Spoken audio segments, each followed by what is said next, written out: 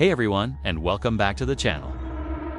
Today, we're diving into the darker side of a world that often looks glamorous from the outside. We're talking about sugar dating. While many arrangements are straightforward, sometimes things take a terrifying turn. I've gathered 3 true chilling stories from people who thought they found the perfect sugar daddy, only to find themselves in a real-life nightmare. So grab your drink, get comfortable, and let's get into it. Our first story comes from a user named Khloe.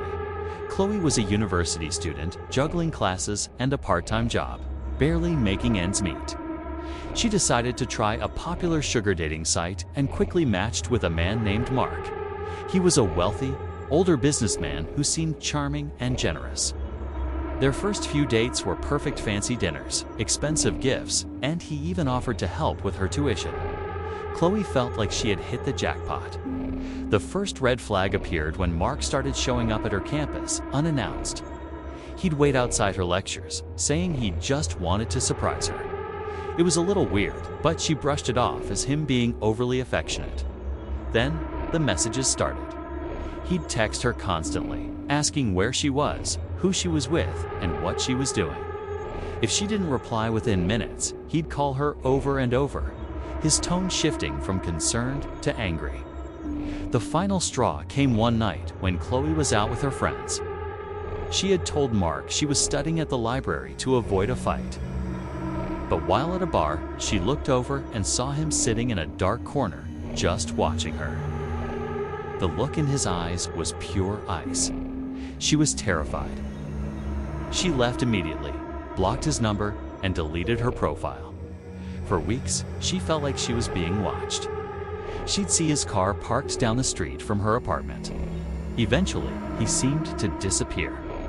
But Khloe says the experience taught her a terrifying lesson about how quickly charm can turn into obsession. Our second story is from a user we'll call Jessica. Jessica met her sugar daddy, David, through an exclusive, high-end matchmaking service. David was a well-known art collector, sophisticated and worldly.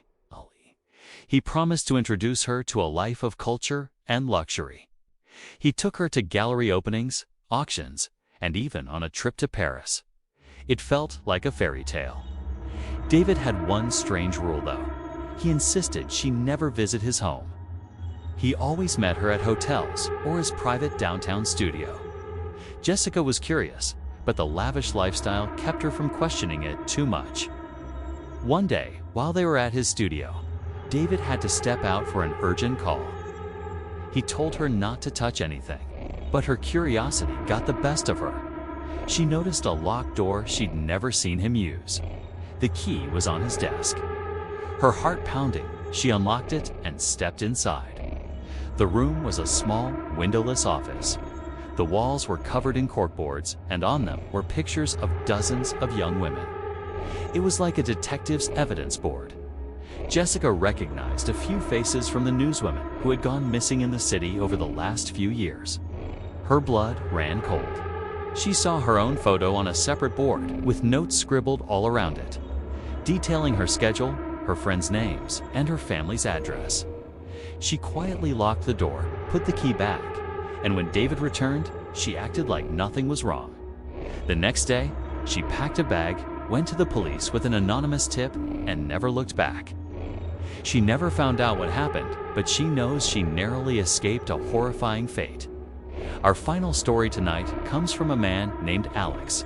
Alex, struggling to launch his own business, decided to seek a sugar mommy. He connected with a woman named Catherine, a powerful CEO in her late 50s. She was confident, direct, and incredibly successful. She agreed to fund his startup in exchange for his companionship. At first, it was a dream arrangement. The business was thriving with her investment and connections. But Catherine's possessiveness grew at an alarming rate. She demanded to be his only social contact outside of work. She installed tracking software on his phone and cameras in the office he was using, which she was leasing for him. He felt suffocated, but he was financially dependent on her. He tried to set boundaries, but she would threaten to pull all funding and ruin his reputation. The breaking point came when a former college friend reached out to Alex on social media. The next day, Catherine confronted him, her face contorted with rage. She told him she knew he had been in contact with someone, and that if he ever thought about having a life outside of her, she would not only destroy his business, but ensure he never worked in the industry again. She described in chilling detail how she would use her influence to blacklist him everywhere. Alex realized he was in a gilded cage. He spent the next month secretly transferring business assets and creating a new company under a friend's name.